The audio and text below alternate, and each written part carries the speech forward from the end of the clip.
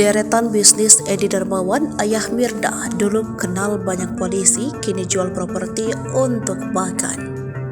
Inilah ladang bisnis Edi Darmawan, ayah Mirda, ngaku punya banyak kenalan polisi, kini jual properti untuk makan.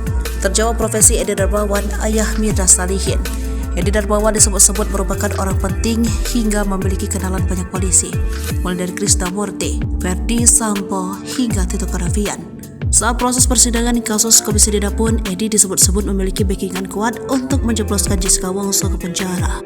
Pengacara sekaligus paman Jessica Kumala Wongso, Yudi Wibowo Sukinto, bahkan menyebut bahwa Edi Darmawan merupakan anggota BIN. Edi Darmawan mengaku memiliki kenalan anggota polisi. Sejak kasus Mirna, saya memang kenal beberapa polisi, kata Edi menjawab pertanyaan Karni Ilyas. Ia mengaku kenal polisi dan Densus dari hobinya menembak. Edi Darmawan mengaku sebagai atlet menembak dari perbankan. Ia juga mengaku sering meraih penghargaan dari lomba atau kompetisi menembak. Karni Ilyas juga menanyakan bisnis Edi Darmawan di bidang senjata api.